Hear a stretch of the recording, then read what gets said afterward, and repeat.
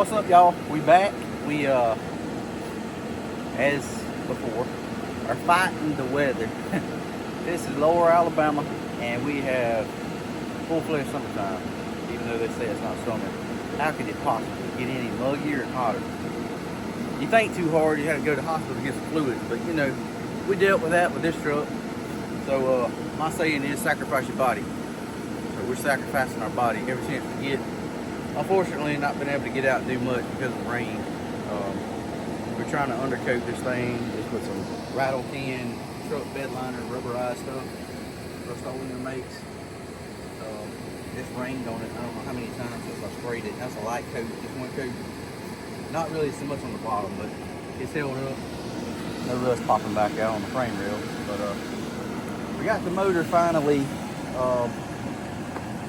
took care of, all the gaskets, all the seals. We had a scare on the oil pan. We took it apart last, found a piece of metal in it. We didn't know what it was. So actually, after some research, it's a end of an oil dipstick. To how that got in there, I don't know.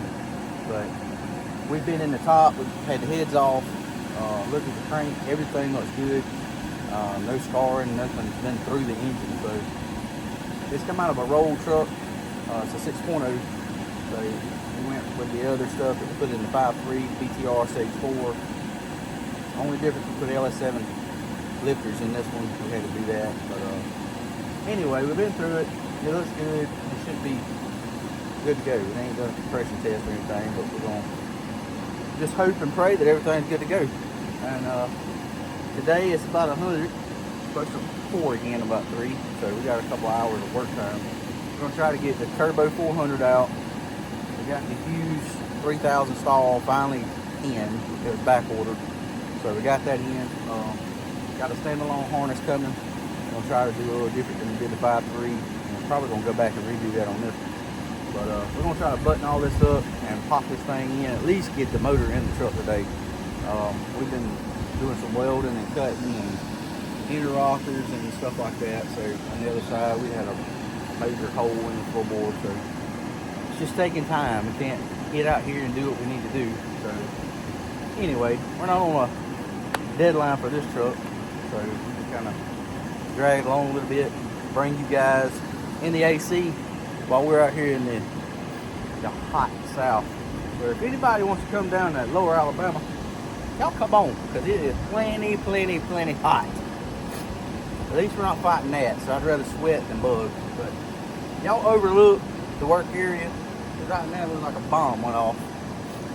We got a trash pile here, trash pile there. It's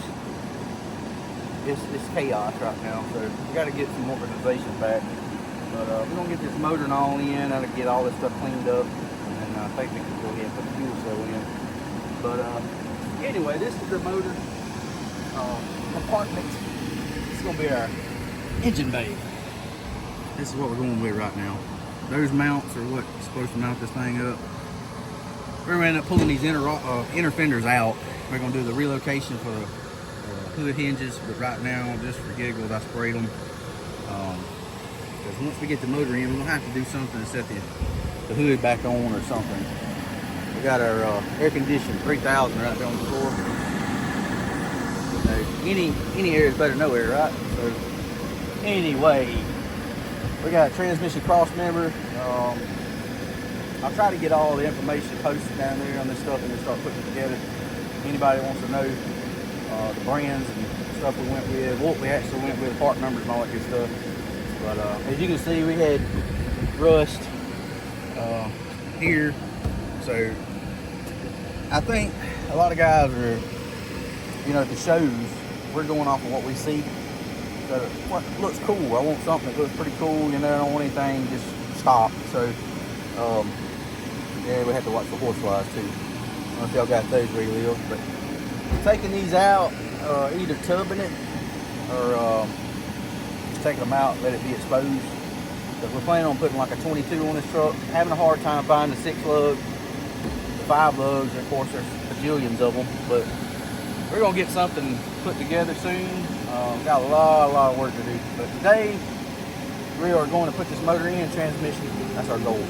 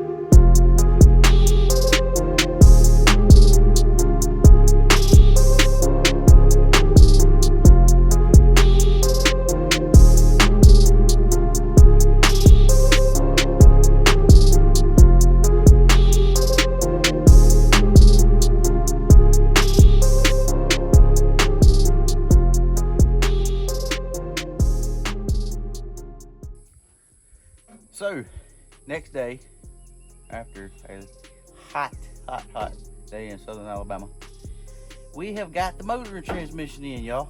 So we hit a goal. We set a goal yesterday. Had a lot of things we didn't realize we didn't have buttoned up, ready to go in, but this is what it looks like. So we got our 63 C10 with our brand new heart transplant 6.0, all the goodies inside. It's got a Hughes 3000 stall torque converter, brand new we bought. Got backing that with a turbo 400 with a shift kit. I think right now that's about all we got. We got a dirty dingo cross member we're gonna get in today. I got a jack under here just holding everything in place, but the mounts we got, Speedway motors again we used. I guess it converts from a 6-cylinder to a small block. Anyway, the mounts just take the place of what was in here on the purchase, and then the actual 63 motor mounts bolt up to that. Of course, your LS adapter kit. And for all the guys out there that hadn't done this, we had to do it on the square body and this one with the ICT adapter kit going on the LS. The bolts that go into the adapter plate, you're gonna have to grind some of those flanges off where they mount to the motor. Matter of fact, if you can, that's what you'll run into. We took a die grinder and just clearanced it. You can see on this side what it looked like versus here. So once you get your clearance where you can put that bolt all in, it's pretty easy to do. But everything fits. Oil pan clears. Of course, we won't be doing any kind of oil pan gasket changes without having to pull the engine. So we went ahead and done all that before we put it in. It's got brand new seals all the way around. So everything's good to go. So maybe we won't have to pull this booger out for a long time. But we got a standalone harness coming today. Gonna try to get, by the end of the day, we're gonna get the cross member in on the trans mount. Maybe the harness hooked up, intake back on, front drive assembly, and possibly, depending on the weather, the radiator. We gotta get all that set in here and all that good stuff. So wiring's gonna be probably one of the biggest things, gonna take the longest, but gotta take the computer sometime this week and get the vats taken off. Go ahead and get a bass tune put in it so that we can get this thing fired up, at least move it around the yard. Once we get everything done like we want, we're gonna take it back and get it fine-tuned like we did the square body. We still got a ton of work to do on the interior. Body needs a lot of work. Got to get wheels and tires ordered. Having trouble with that with 6 lug.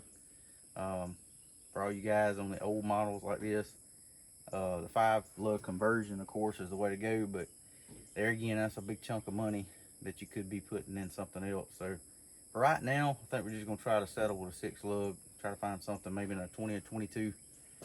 We're experimenting, trying to put some different size wheels on. So anyway, this is what we got so far. So goal was met yesterday, even though it was 110 heat index. We're gonna try this today, but depending on how hot it gets, we may have to tap out and come back tomorrow morning, or either in the evening time when it's a little cooler. So anyway, just want to give you guys a look at. I got headers, all that good stuff. We're gonna dress this thing up so next time you see it, it'll look like a real engine. So right now it looks good, plenty of room, but I'm sure we're gonna fill that up. But y'all stay with us.